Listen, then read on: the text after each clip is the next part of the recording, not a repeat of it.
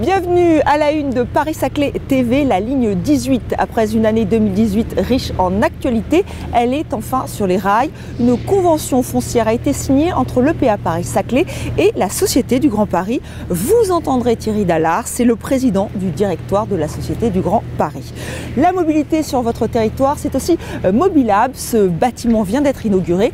Il accueillera un cluster de mobilités innovantes. Et tout de suite, un exemple concret de cette mobilité innovante avec Framboise et Litchi, deux navettes sans volant ni conducteur. C'est une première en France et cela se passe sur votre territoire. Vous pourrez essayer aussi, c'est plus classique, Zouv, premier service de partage de vélos électriques respectueux de la voie publique. Le système est ingénieux, nous verrons comment. Enfin, nous reviendrons sur Meet My Platform, une journée dédiée aux sciences de la vie. La première édition a eu lieu juste dernier mois à Centrale Supélec. Enfin, notre agenda, ce sera à la fin de cette émission.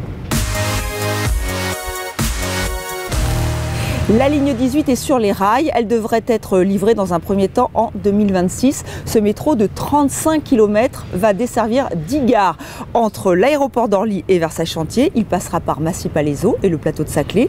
L'EPA Paris-Saclay a signé une convention foncière avec la Société du Grand Paris et nous avons rencontré Thierry Dallard. Il est à la tête du directoire de la Société du Grand Paris.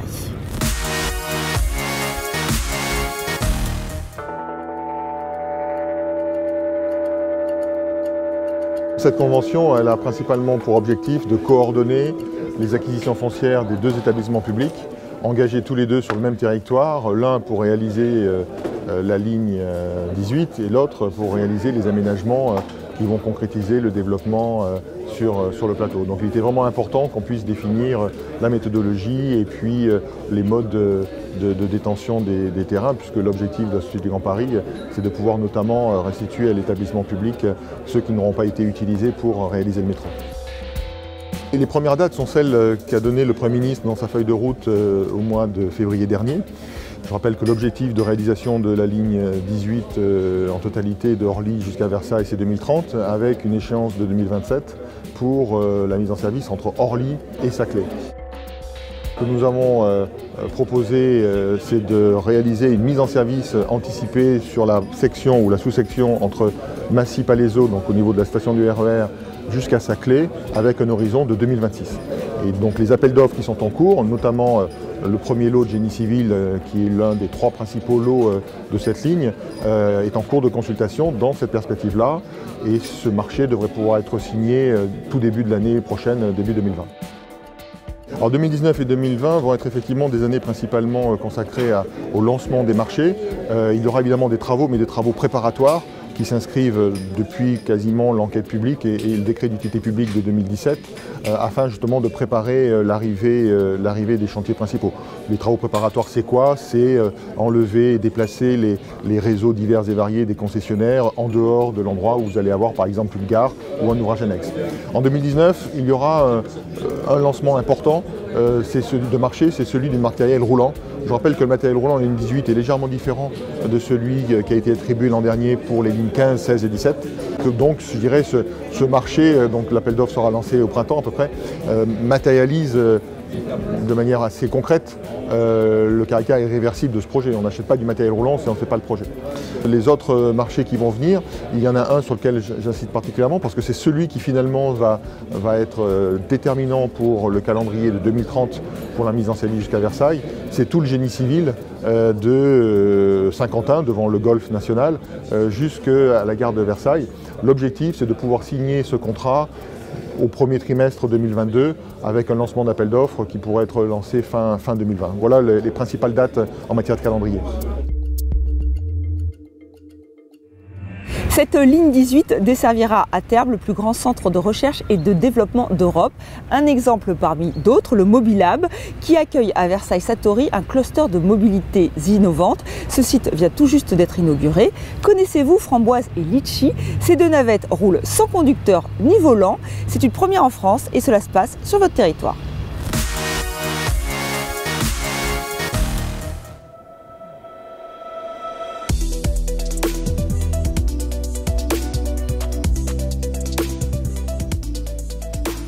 Le but, c'était de donner aux usagers du plateau de Satory Ouest une autre alternative pour pouvoir se mouvoir. Cette alternative, elle est donnée par les navettes autonomes Framboise et Litchi.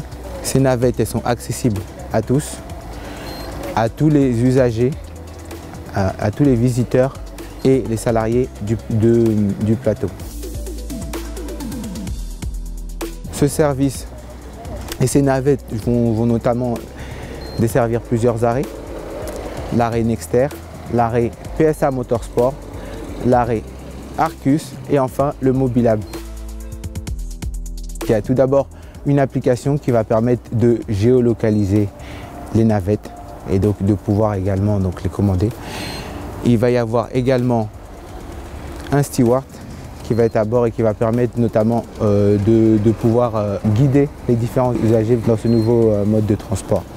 Voilà. Et enfin, la navette elle est équipée de plusieurs éléments, plusieurs capteurs qui permettent de la géolocaliser et également d'assurer un service et un transport en toute sécurité. L'objectif, c'est également d'avoir une perception étendue, donc de permettre de voir ce qu'un conducteur classique ne verrait pas, à savoir des caméras qui vont par exemple être placées à différents endroits et qui vont être connectées avec la navette, lui permettant d'adapter son comportement en fonction de ce qui arrivera. Il y aura également des feux connectés. Voilà, donc tout un ensemble de dispositifs sur le bord de route qui va améliorer le service.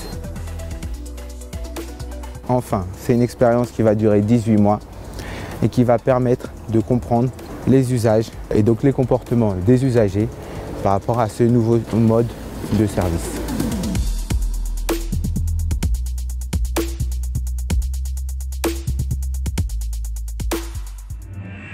Vous pouvez aussi faire comme eux, vous mettre au vélo. Voici Zouv, premier service de partage de vélos à assistance électrique. Il se met en place sur le plateau de Saclay. Et si vous redoutez l'anarchie sur les trottoirs, eh bien, soyez rassurés.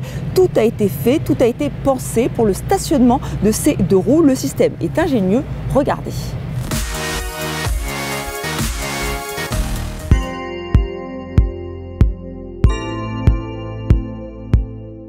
Zouv, c'est une société qui cherche à développer l'usage du vélo pour offrir une alternative crédible à la voiture personnelle. Donc pour ça, on est parti du principe qu'il faut faciliter le déploiement des services de vélo électrique partagés. Et donc on a vu des modèles très intéressants arriver depuis un peu plus d'1 an et demi avec des vélos sans station. C'est un modèle qui est intéressant par la rapidité de déploiement, mais qui crée du désordre dans les villes. Donc chez Zouv, on a inventé un nouveau type de stationnement qui fonctionne comme les caddies de supermarché. Il y a une première borne qu'on vient visser dans le sol et puis ensuite chaque vélo s'accroche au vélo précédent, le premier vélo s'accrochant à la borne. Ça nous permet de mettre 4 vélos au mètre, donc c'est une solution qui est très compacte en étant à la fois très léger en termes d'infrastructure puisqu'on a juste cette première borne à venir visser dans le sol.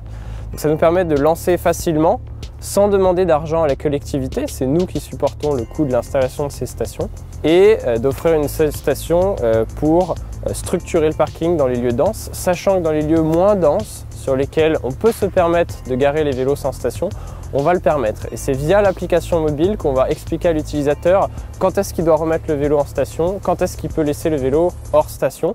Et si ça génère du désordre, de manière évolutive, on pourra venir introduire de nouvelles stations pour structurer le parking. On a choisi le plateau de Saclay pour plusieurs raisons. La première d'entre elles, c'est la proximité géographique avec notre siège social qui est basé à Vanves. La seconde, c'est que c'est un territoire qui présente une grande diversité d'usagers puisqu'il y a des entreprises, des écoles, des collectivités. Donc on a tout type d'utilisateurs, ce qui nous intéresse évidemment pour une phase de test. Et puis enfin, c'est un territoire qui cherche à gagner en visibilité, qui se développe, sur lequel il y a un manque de solutions de mobilité et donc il nous paraissait pertinent à adresser comme lancement produit. L'assistance électrique est quand même un atout tout à fait appréciable pour les gens qui viennent travailler, donc pas forcément sportifs, et qui souhaitent accéder au plateau de Saclay voilà, d'une manière un peu plus durable que par les véhicules. Donc moi je le teste depuis quelques jours. On découvre un petit peu le plateau aussi d'une autre façon, donc moi je connais très bien le plateau et là le fait de le parcourir à vélo, ça me fait découvrir des choses un petit peu nouvelles, des points de vue un petit peu différents et tout ça dans d'excellentes conditions. cette phase d'expérimentation qu'on déploie sur le plateau de Saclay, donc avec 200 vélos, à peu près 12 stations qui sont déployées auprès de grandes entreprises comme Thales, le CEA, l'Onera, des écoles comme Centrale Supélec, va nous permettre d'accumuler des retours utilisateurs, d'améliorer le produit, de mettre en place nos process, ceci pendant toute une durée de 5 mois. Suite à quoi nous pourrons travailler sur notre lancement commercial dans le courant de l'année. On s'arrête maintenant sur cet événement Meet My Platform, événement organisé par le département Sciences et Vie de l'Université Paris-Saclay et par Génopole. L'idée est de créer une plateforme Sciences et Vie et de provoquer des rencontres dans ce domaine. C'était la première édition et ça s'est passé ici.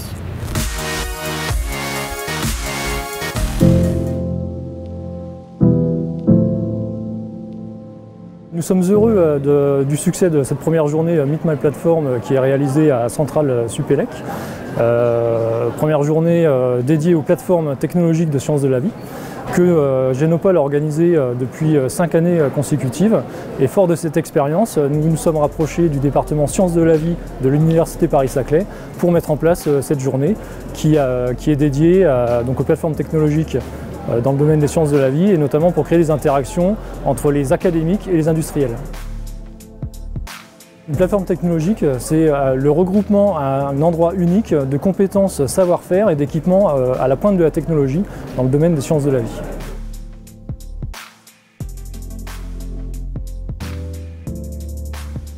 Ce département regroupe aujourd'hui 200 plateformes technologiques. Un grand nombre sont affiliés à des organismes de recherche, certaines au Génopole.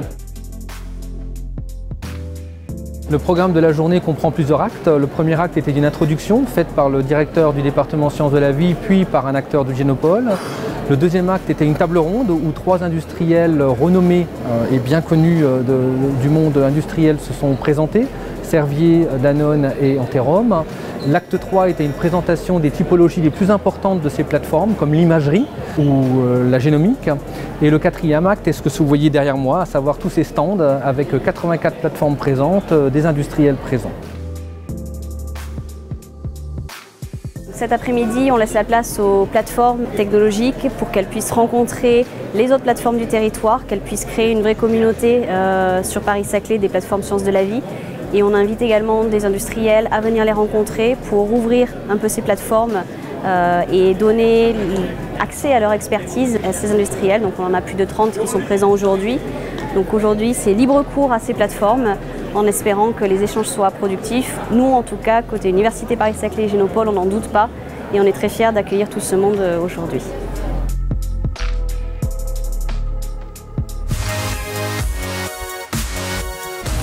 Notre agenda à présent, on commence avec une exposition sur le son, un phénomène familier et pourtant peu connu. Ondes acoustiques, un monde de vibrations, c'est jusqu'au 24 février au château du Val-Fleury à Gif-sur-Yvette. L'entrée est libre et gratuite. Maintenant, je m'adresse aux plus sportifs d'entre vous. Ne ratez pas le Night and Day Paris-Saclay 2019, c'est les 1er et 2 mars 2019. Donc, venez découvrir la vallée de Chevreuse sportivement. Le Night and Day Saclay, c'est d'abord un trail de nuit, ça c'est le vendredi, puis une journée en VTT, trail, course d'orientation. On vous attend. On vous attend aussi à la fête des entrepreneurs. Il y a des conférences, des business meetings et bien sûr une grande soirée. C'est le 20 mars à l'Opéra de Massy de 16h à 18h. C'est gratuit mais il faut réserver. Autre événement, le Design Spot invite la designer Constance Guisset et le mathématicien Marc Schoenauer pour un entretien hors des sentiers battus. On va parler d'intelligence artificielle et de création. C'est le 21 mars à Palaiseau. Voilà, c'est la fin de cette émission. Vous retrouverez toutes ces informations sur notre site epaps.fr. À très vite.